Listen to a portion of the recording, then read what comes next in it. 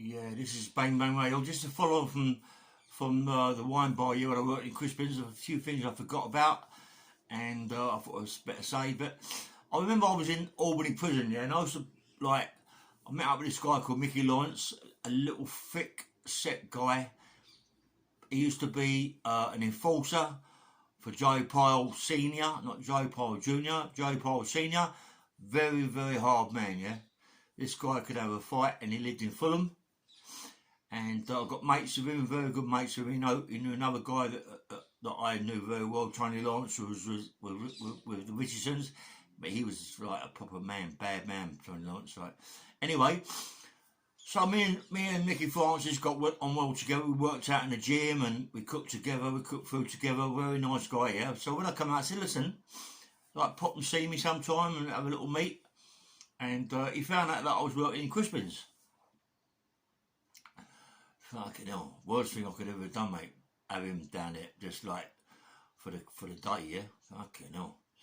He caused murders. So he said to me on the door, he said, what are you doing? I said, well, you know, at the minute I've got to get rid of some of these yuppies in there because all they're doing is sitting down drinking all the time and causing problems, you know what I mean? So, not spending no money, so I've got to get rid of them. What did he do?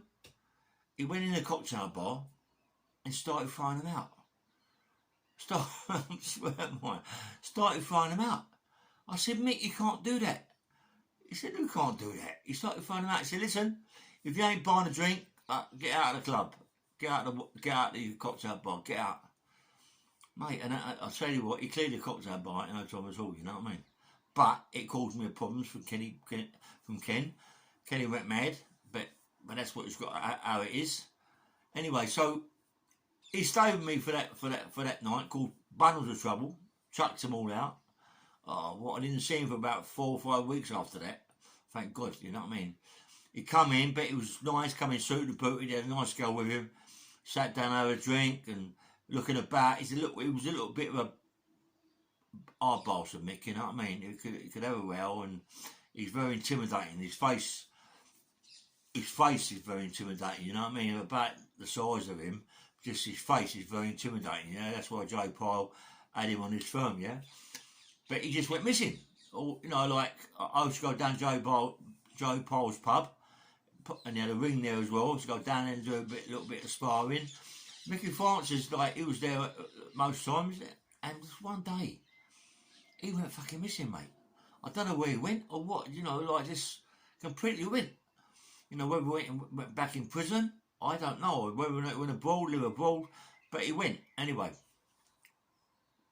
I'm still down the wine bar, and some people coming from Acton area, Acton, Chiswick area, 3 or 4-handed, calls him aggro, asking him, please do me a favour, look, I work in this place, you know what I mean? It's like my bread and butter, I get good money, I'll get £150 a night, I'll go to the club, I'll get another £150, I'm on £300 a day, you know what I mean? Friday, Saturday and Sunday, mate, look, I get £900, don't ruin it for me, mate, please, this is my job, don't ruin it for me. They're going, oh, fuck the job.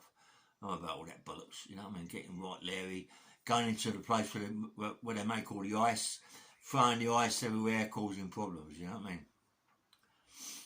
And the most busiest one out of them all, he wasn't a big guy, he was just normal built, but aggro, you know, you could see in his face, aggro, loved aggro. So I said, look, do me a favour, right, don't cause them more patrol, mate, I'm going to lose my fucking job. Yeah, go on, fucking, don't worry about that, mate. So I said, look, you know who I am. I live in Acton, you live in fucking Chiswick, Acton. We all know who I am. You know, come on, you know you can't win here. What's the point? Do what? Who do you think you are then? I said, listen, you know who I am. He went, yeah, but you know what I mean? You're getting a bit old now. I'm only young. Getting a bit old. Do you know what I mean? Okay. Anyway, I said, listen, what we do, me and you go around the corner in the alleyway. We'll have it off, yeah? Come on. And like, you know, if I win, you go. If you win, you just smash the place up. What do you reckon? He went, come on in. Went round the corner. I said, yeah, as he's by the field, I threw a punch, he put his hands up and straight through his I went straight through his hands, mate. Whoop! straight through. I knocked him sparko. Mate, sparko. I picked him up by his hair, literally picked him up by his hair, and I smashed his face to pieces. I smashed his face so fucking hard, sorry swearing, smashed it to pieces, right? Honestly, really give it him bad, yeah? So him and his pals, right? Him and his pals left, and I thought, that's it, no more, mate. They left me alone. I was really, really pleased, yeah? That night, I'm coming out. I always walk, I go to the club, or I walk home to my mum's. So this night, I walked to the club, stayed at the club, left at about 2:30, 3:45 in the morning. Don't get a bus, not far from my house, I walk. I walk home, walk round by the common, all round the back. It's not far, what, a mile and a half. The worst way, it's nice walking up a mile perhaps, yeah. Got to the green, started walking, and you know, like, we all feel something, don't we? If there's something not right, we feel it, don't we? Like a car following you or doing something, you know what I mean? Fucking hell, and I felt something. I looked to my left, yeah, and I see this car creeping up slowly. And I looked, and there was something poking out the window, mate. It looked like a gun to me, and it was a gun. I swear to God, right? I jumped, yeah. I jumped, run behind this fucking motor. As I did, they fired this gun, yeah. It hit my leg. It hit my right leg, yeah. It fucking took my right leg to right out to the right. I went behind the car, and the adrenaline in my body got me up, yeah, because the car fucking shot off. I'm lucky, really, I never got out of the car. And perhaps it was only one shot, I don't know, yeah. Perhaps it was a 14, I don't know, you know what I mean? But my leg, fucking hell. Anyway, the adrenaline got me, I'm so powerful. You know what? Honestly, I'm not saying it. I'm just really, really powerful person, do you know what I mean? I got up, mate, and I ran, yeah, over the common through the back way, yeah. Now, my leg, I'm starting to feel it, is really, really numb. Starting to give me a jib from my knee up to my groin, yeah. And it's something not fucking right, you know. I get to my mum's, knock on the door, it's 2 or 3 o'clock in the morning. I ain't got a key, can't find the key. Fucking I lost the key on the pavement. I don't know where. I can't find the key. I knock on the door. Mum comes and says, "Mum, I need help, mate." "What's up?" I said, "Mum, I need help." Went, "What's up?" I said, "Look, I've been shot in the fucking leg, Mum." "What?" Took me out in the kitchen. My mum pulled all the pellets out with a little fucking nail thing, you know, pulled them all out. Wrapped my leg up, put all stuff in her leg, because my mum's got varicose veins legs, and she's got what do you call it? Anyway, she's got ulcers in her leg, yeah. So she's got this gear she puts in her legs to close the ulcers up, yeah. So she put it on my leg, yeah, on my legs, on all the bloodshot, all the shotgun wounds, you know what I mean? And there's big holes and little holes and everything. Put it on my leg and bandaged it all up with her bandages from her leg, from, you know, her legs, yeah.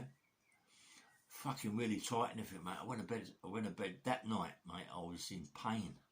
You wouldn't believe. My mum gave me some painkillers, but pain. I was in so much pain. I woke up in the morning, my leg had gone blue, fucking blue, mate, because the bandage was too tight. You know what I mean? But the pain all night long was not the fucking shot.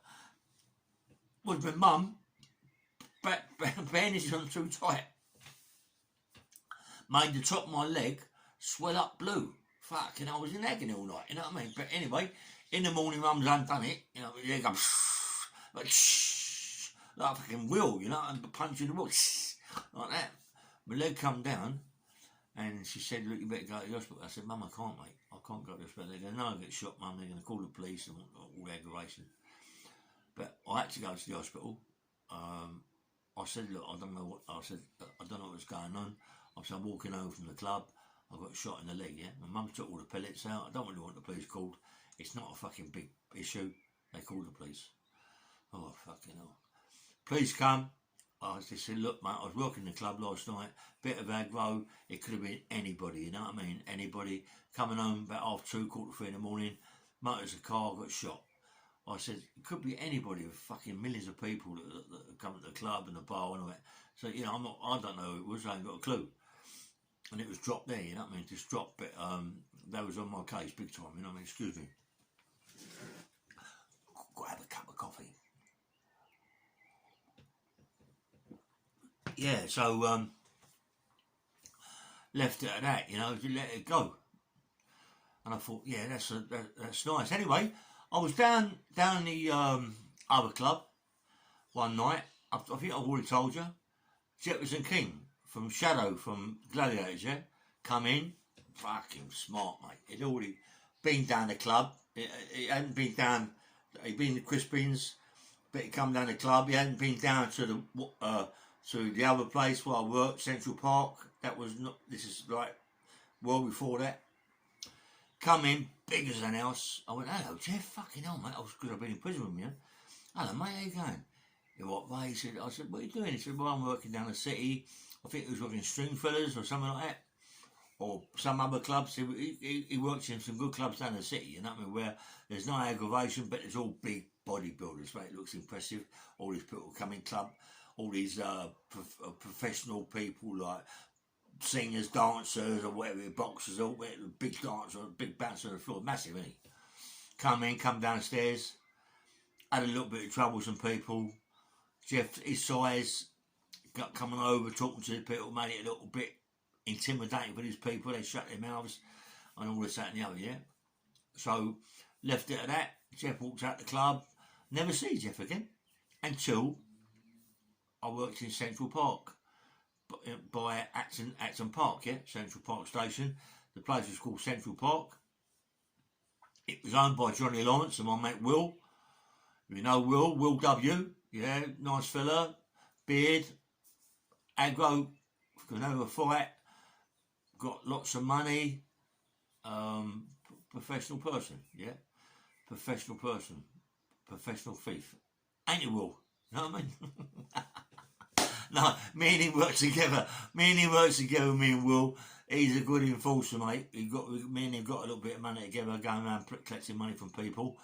And so Will is a nice person, Will.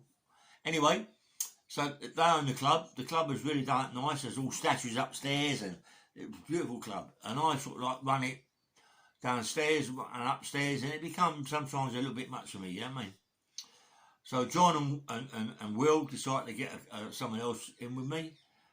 I'm at the fucking door. Who walks in? Jeff. Jefferson King. I went, oh, for fuck's sake, right? I didn't see him the other night. Johnny Lawrence had seen him, asked him to come work on the door. There he is, ex-military, ex-marine, big as an house, sweet. Kicks off upstairs one night, really, really bad. Fucking my mate, fucking Alex and McCoy's and Matty and Gary Francis with all his henchmen from Chelsea fucking football clubs and all that sort of thing. Gary's got all bandages over him, his arms, his chest, his neck.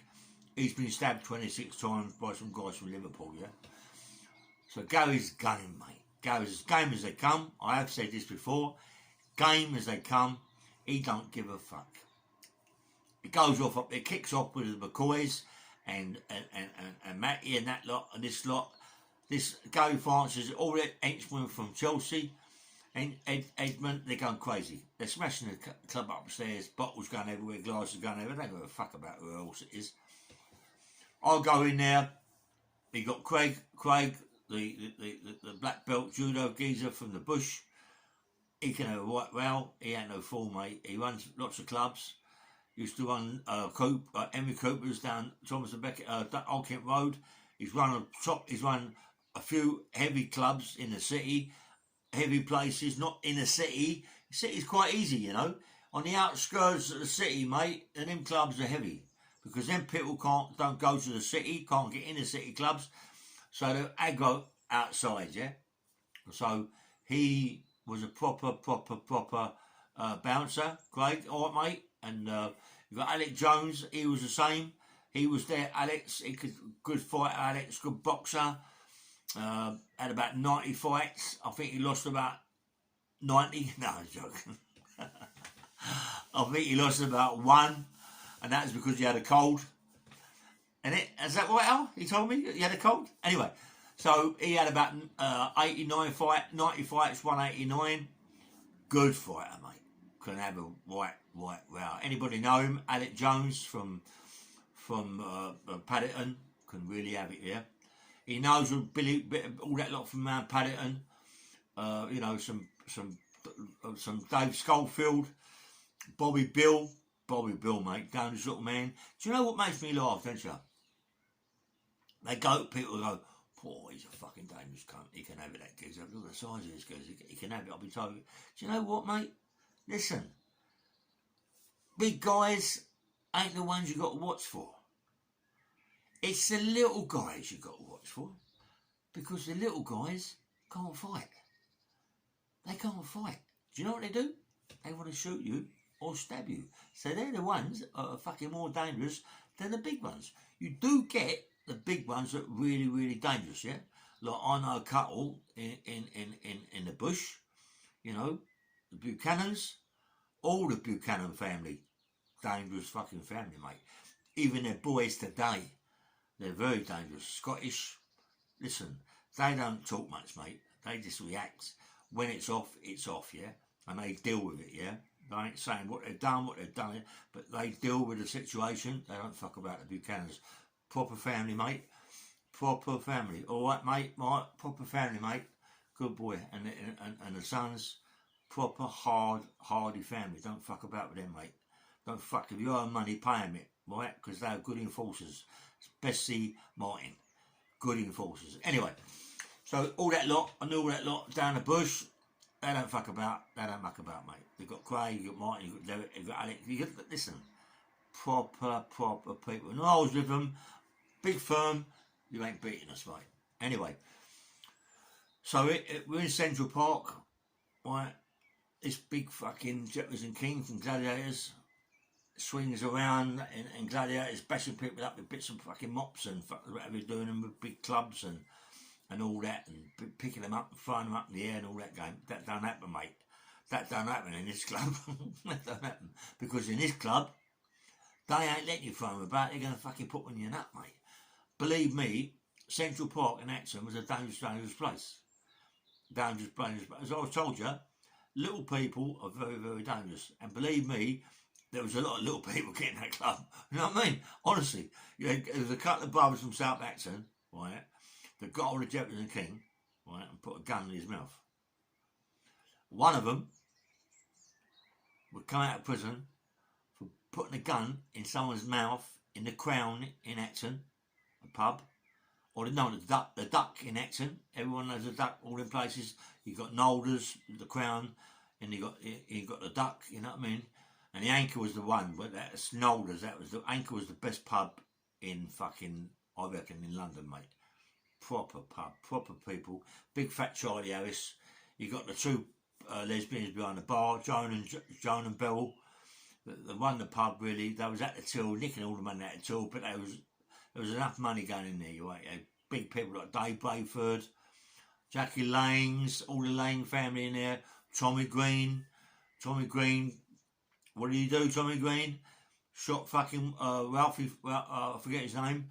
Blew his head off. What did he do? Dug the patio up, put him under the patio, cemented the patio over. Fucking hell, do you know what I mean? It's like, what was he on? Crack cocaine. Yeah, crack. Tommy Green, mate. Fucking nicest guy you could ever meet. Gentleman, but nasty. Tommy wasn't that big. Tommy was about 5'8". Nasty, dangerous little man. You know what I mean? Put the guy under the fucking, shot him. On crack, come in to get some money. Tommy walked straight up, boom, blew his fucking brains out, talked to him, everything, and put him under the patio. You know, so in Acton there were some dangerous people. You got Nicky Smith, the same. Me and Nicky Smith used to fight 24/7. I used to hate bumping into him. Honestly, anybody will tell you that knows me and knows Nicky, I used to fight him every time we see each other. He couldn't hurt me. I used to knock him out 24/7. But another one, not too tall, used to come up behind me, lumps of lead, stab me in the fucking neck, stab me in the face, put a fucking iron bar across my back. Dangerous little man. Another one. Nicky Smith, who wouldn't fuck about you. You've got Bobby Ward. Another one. Dangerous fucking little fucker. You've got quite a lot of people, little people, that are fucking dangerous. Don't believe when people go, oh, he's a big guy. He's really big. Richie Allen. He was nearly my brother-in-law, Richie Allen, you know what I mean? Good fighter, Mick. Good fighter. Weren't very tall, very, very wiry, very muscular. Used to work with me on the houses, cleaning all the houses out. There was a bully in Acton called Mickey Burke, bald head. Anybody in Acton knows him. He could have a fight. Andy Burke, Mickey Burke, both brothers could have it. Mickey was the one. Mickey was a bully. He was a fucking bully. What happens? Richie Allen, mate, had a straight with him opposite Acton swimming pool and bashed him up. Straight, a good fighter, Richie Allen, good boxer. Boom, just fucking boxed him, yeah? Punched him all round and Gaff knocked him out, yeah? Richie Allen was about 28. Mickey Burke, or Andy Burke, was about, 45s. In their fucking, strong, but bullies. He bashed him up. You had Jackie Lane, the old man Jack. Oh, fucking hell. Him and Tommy Green, very dangerous, mate. Jackie Lane, about all the stabbings today, and knives today, I'm on about the 70s and 80s, right? Jackie Lane, you wouldn't fuck about with him, mate. He'd stab you to death. This geezer used to walk about 24/7 with a big knife in his coat or around the back of his trousers. And you muck about, mate, he'd stab you to death. And this geezer was wiry. He was a top man. Him and Tommy Green, let me tell you something. No ropes, no harnesses, no scaffolding, mate. No climb up the top of a fucking building with padlock. I forgot what they call them now. Padlock, is it padlock? They used to, mattock, yeah? They used to knock down buildings brick by brick. No scaffolding, nothing. They was the business. Jackie Lane and Tommy Green. Honestly, they was the business. Those worked for a guy called Dave Brayford. Oh, what? Dave Brayford? Let me tell you something, mate. Dave Brayford, right, he was the governor of a big demolition company. Listen, this geezer was the hardest guy that I've ever known. Never known. Dave Brayford could have a fucking terrible row. He was in charge of a big demolition company. No one mucked about it, Dave. When Dave came to the pub, he cleared the pub. And the aggro, he cleared it. But this guy was so good-hearted, mate. He'd spend a fortune in that pub. He looked after his wife. Listen, she looked like a tom shop. Mate. I swear to God. She had gold bracelets, yeah? In them days, it was charm bracelets. She had charm bracelets that come down here. Big diamond rings. Listen, you dare get near her, mate. You get your head fucking kicked off. She was as bad as Dave. She could have a right row. And the one who can have a row down there was Kit Carew, right? Kit Carew was an Irish guy, 5'4", 5'5", wide. You know what I mean? 5'6" tall, 5'6". He used to dig the roads. Kit Carew. And he could have it. He was one of the governors around the area, mate. He didn't go to all these posh clubs. He used to go to the Six Bells and drink all night and bash everybody up in the Six Bells. Could have it. But then you had the governor around that manor as a kid. From a kid, was a guy called Alfie Cousins. Alfie Cousins and Sidney Bevan, yeah? Sidney Bevan, Alfie Cousins, old school, yeah? When I was like 20, they were like 50s. Alfie Cousins fought Tommy Farr. He fought some really good fighters, yeah? All them big heavyweight fighters in them days, yeah?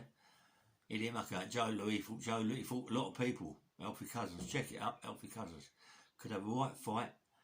No, don't. And he had the other one, Sidney Bevin. Sidney Bevin used to go around throwing punches all the time. If he was ever in a pub with you, and he'd turn around, he'd be throwing punches at you all the time, and then he hit him on the chin. He could fight. He was an old boy, like Elf. Elf used to throw the punches. Elf used to talk punches. That was enough. He didn't have to throw punches. Like Sidney Bevin was throwing punches at you all the time. And then you had a guy called Wiggy Purdy.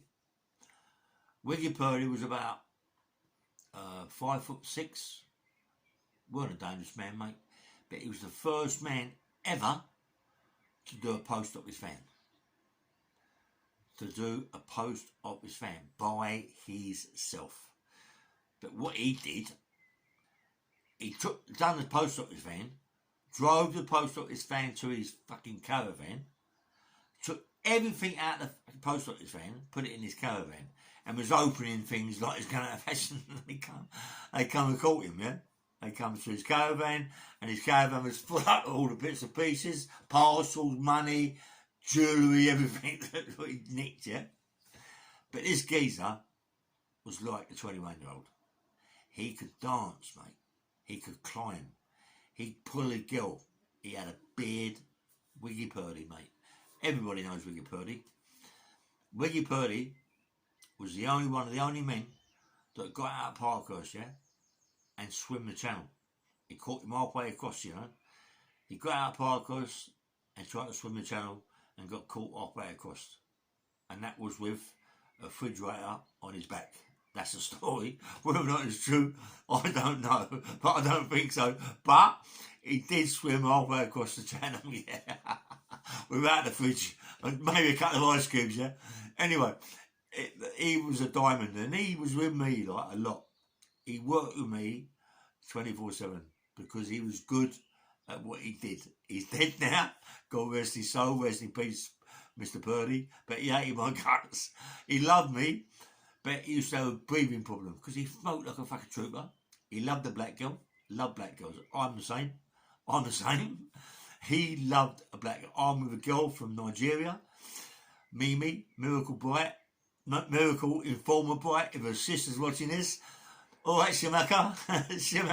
Shamaka Bright. She's absolutely stunning. Shamaka. With little Michael and her husband. Congratulations, you two getting married recently. I hope you're enjoying yourself over there. And no more children, no more kids. And Shamaka is absolutely beautiful. Her husband's a good-looking guy, and I wish you all the best. And I wish Michael the best for all the women. Young kids he's going to get old. The young birds he's going to get old of, young Mikey. Hello, Mikey. How you going, mate? It's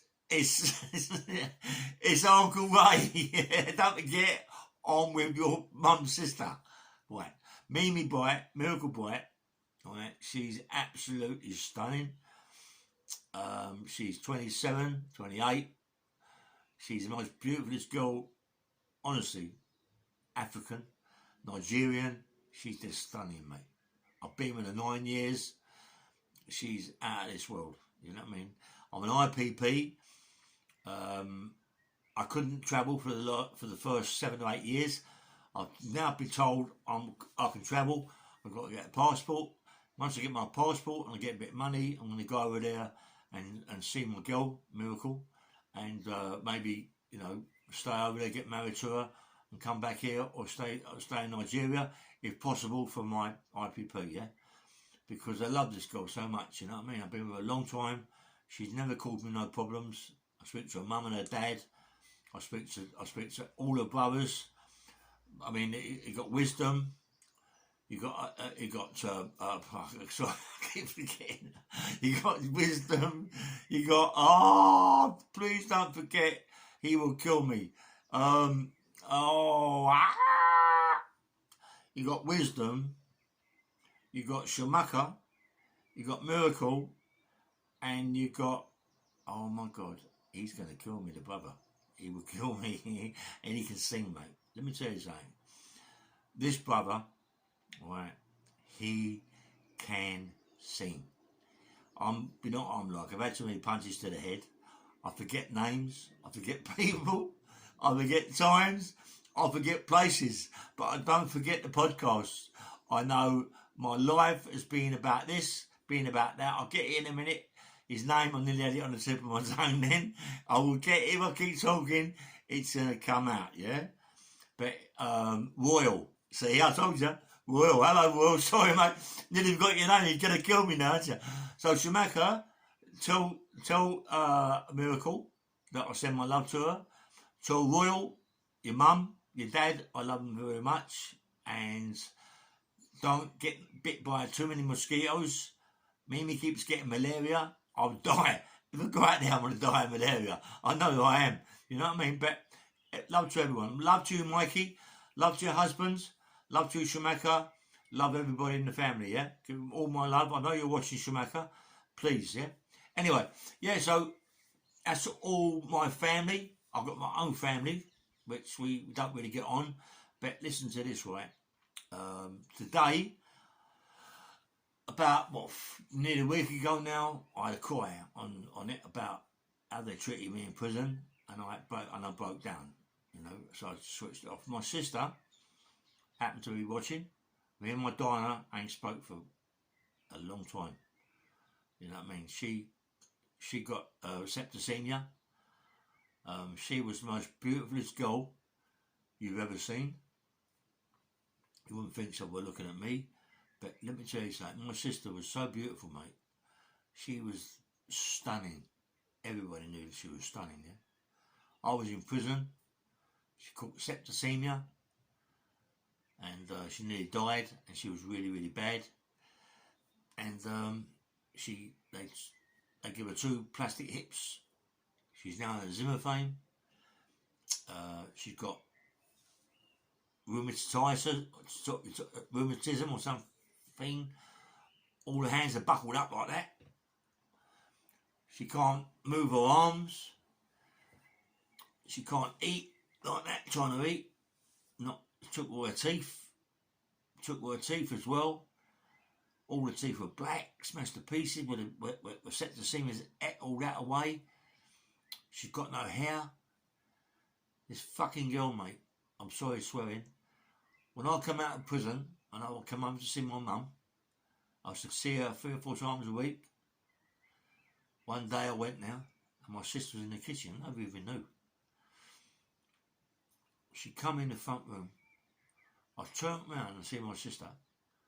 Listen, I know I cry a lot, you can say. It's not quite that way. I never cry when I have a fight. I always cry when things like this happen, you know what I mean? Listen to me, mate. I looked at her and mate, it made me fucking cry so bad. This girl was so beautiful, my Dinah. Hello, Di, love, I love you. She phoned me, you know, Di. You know what I mean? I did put it on the podcast where you talk to me. Said don't cry, Ray. My number's on there, so phone me. Yeah. This girl is absolutely fucking. She was stunning, mate. Honestly, stunning, and she could drive any lorry in the world. I've seen that. I see her in these big horse lorries driving these big horse lorries. She loves horses, yeah. She used to have horses, right, in the back garden in Acton, yeah. When we moved to Mill Hill Road in Acton, yeah. Big fuck off house, massive great big garage. One day I went in there, she got this great big horse, right? Must have been 17 hands, massive thing. And she had it in the garden. She was looking after it, and she had to put it in the stables because it couldn't stay there, yeah. But she loved her horses, mate. She loved horses, and she lived in Lingfield. She married a guy called Alan Eastwood, and they had a big farm, massive farm. They had a big farm, loads of horses, loads of ground. But you know, like when there was that thing, what was it called, Black Friday or something, when people lost all their homes and mortgages went up crazy. Well, my Dinah and Alan were one of those people that couldn't cope and lost everything. Yeah, fair play to Alan. Alan's got a bad heart and bad bits and pieces. He used to have a big tyre company. He's one of them guys that always put his hands to something, and got a big tyre company in Southall. He lost that, didn't lose it, he gave it away to someone, his brother I think, or whatever. I wanted it myself really, but it was hard work, them tyre games. And that was it, you know. And I got my other brother Keith. All right, Bobby's a bit of a wanker. He's wrapped around silly women, like his wife. He's mollycoddled by her. She bullies him. She's the governor. Tracy's, I suppose, fair play. I suppose she's good for him in a way. She takes all his money and buys him a lollipop now and again. A big baby, my brother. He should wear a nappy. You know, one of his kids, when you see these films on television where these men are wearing nappies, yeah, and the women are changing them, he's like one of them, my brother. Nappies. Ain't your son? Yeah, my brother. He wears nappies 24/7, that's it, mate. He's a chef. He works for a big company, and believe it or not, I've been in that prison my life. He works for the top barristers, the top QCs, and the top judges in the country. He cooks their food. Big company in Barbican. I don't know where it is. I like to know where it is. I'm fucking poisoning them, but still. My brother works for him. He's worked there for years. He earns good money. Good luck to him. He's got a son called Bradley. Bradley's a good boy. He's about 6'4", big boy. Tracy, her old man's Colin Cracknell. That's when I used to fight all the time. That's when I beat up, because he used to bash me up as a kid. I bashed him up when I got bigger, yeah? And that's my family, really. And I've got another one called Jackie. She's a bit of a pain in the arse, but I love her to death. Even if I do want to kill her one day, if she... No, I wouldn't, I swear. She's... Her sister, her daughter is, I think she's a magistrate, or she's a bar, I don't know what... She's very, very high up in the magistrate thing. She could even be the clerk of the court, the one who sits in front of the magistrates, the one that runs the court. She's more like that one, yeah? So my sister feels quite comfortable that her daughter is one of those, because I daren't shout at her, I daren't talk to her on the phone, because she put me back in prison. That's my sister Jackie. I love her, but she's a pain in the butt. She deserves to be put over my knee and spanked. I have to look after her, my sister Jackie, honestly, like her dad. She couldn't go out of the house without me following her. She couldn't go nowhere without me following her. Everybody knew who Ray was. I was the governor all around Acton, fighting wise. I didn't give a fuck for no one. And my sister feels safe, yeah? Safe. One day, the police found that gun in my house. One day, my sister come back to the house, crying her eyes open to my mum. I got in the front. I said, what's up? She said, no. I said, what's up? She said, 3 guys just chasing down the road. And she just got away from them. Fucking bastards. I run down the road with my 410. Double barrel. No, sorry, single barrel, bolt action. Bosch, down there. I was chasing people everywhere. They looked, there was 2 or 3 handed, I was chasing them, yeah? Never let no shot go, didn't have to, mate. If I'd have got them, I'd have killed them. Well, it's one of the things, isn't it? I'd have got a life, but I'd have been out a long time ago. But that's beside the point. I didn't see them, but if I did see them, they was in trouble. They'd have got killed, yeah? Maybe one of them got killed or 2 of them, but they shouldn't have chased my sister. I was a fucker. I was a bit bad, and, you know, and a lot of people knew that. I had no scruples. I got loads and loads of stories to tell people and to tell podcasts, yeah? You know, I'll be talking about clubs and all that game. I said a word about pubs, about clubs, or anything really, anyway. Only about my family and things like that. The other day, yeah, I was by Richmond Station, coming out Richmond Station, to the left is a Costa Coffee. You can't go inside, you've got to sit outside. So I sat outside, sitting outside, I felt really big, you know, it was like a film story, you know what I mean? Someone walked by and he went, oh, bang, bang, Ray Hill. Just like that, right? I went, yeah, mate, come here, fight the grog, click, click, click, lovey-dovey, mate, oh, Ray, bang, anyway, all that. The other day, I was down Harrow World, just come out of the shop, walking down the road, someone shouted, bang, bang, bang, bang. Bang, bang, bang, bang, like that, yeah? And I looked round, it was this colour kid. Mate, smart, nice, polite boy. Not boy, man. 21, 22. But nice manners, mate. Nat Manners. And he was so pleased to see me. Pure white teeth, gutted. He looked good. He looked good. And I said, do you want to take a photograph? He took a photograph, selfie. Put it on Facebook. Put it on Facebook, that picture. Come on. Tell me, I don't know your name. So if you see the pod, put your name in there, yeah? You're a nice kid. I'll see you one day. We'll have a coffee or something. Bring a few people with you. You're a nice boy. Yeah? I like you, mate. You're all right. You're proper. And I like the way you done it. Bang, bang. Bang, bang, Rahill. Yes. Loved it. Made me feel excited. And that is about it. Listen, I'm going to go now because I only want to do it for 10 minutes. So thanks very much for watching my podcast. Please like and subscribe. Love you to subscribe. It helps me out. I don't want to be doing no more villain in my life. I want to work for Google. I want to work for YouTube. And I want to work for you. Yeah? So if there's anybody out there, I know what I was going to say. I'm trying to save up money, yeah, to buy one of them transport lorries. You know, transport pick cars up and all that. And there's loads of cars about that could be picked up and sold and all that. I love to do it with my mate, yeah. Or an ordinary van that I can go clear houses out. Not clear houses out, literally. You know, like not all the rubbish I'm on about. Not the antiques and the gold and silver. I'm on about the rubbish, yeah. I like to get a little van or one of those. So if anybody's got anything like that and could maybe let me borrow it or lease it or whatever, let me know. And I want to go to work, you know, me and my mate. And I just want to work now. I'm getting on a bit now. I want to start, you know, I'm still very, very fit. I'm very, very strong. I just want to work, you know what I mean? And get a living and forget about the past. You know, it's nice to wake up with 50, 60 grand by your side. But it ain't nice to wake up with the old bill putting guns to your nut and nicking that 50, 60 grand. So I'd rather have 50, 60 grand, what's my money, that I work for, that I can keep, rather than them coming through my front door, finding all the money that I've got, yeah, and taking it. I've got a big confiscation order. I've got a £1.3 million confiscation order that I had to pay back. So I've lost everything.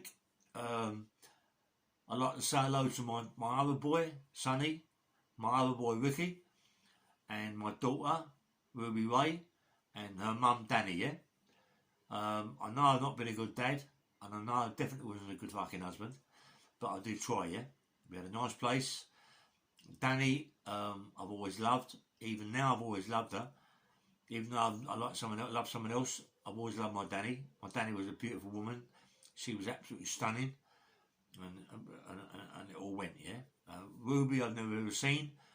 I've seen her when she was a little baby, but Sonny's told me she's stunning. She resembles me a bit. Well, she's stunning, but she don't resemble me then, does she? But, you know, Sonny told me she's beautiful. My son is in Australia. He plays for Australia Rugby. He did play for England. My boy's proper, mate. He's 19 stone, big as an house. He's going to come home one day and break my neck. He's going to come home one day and break my neck.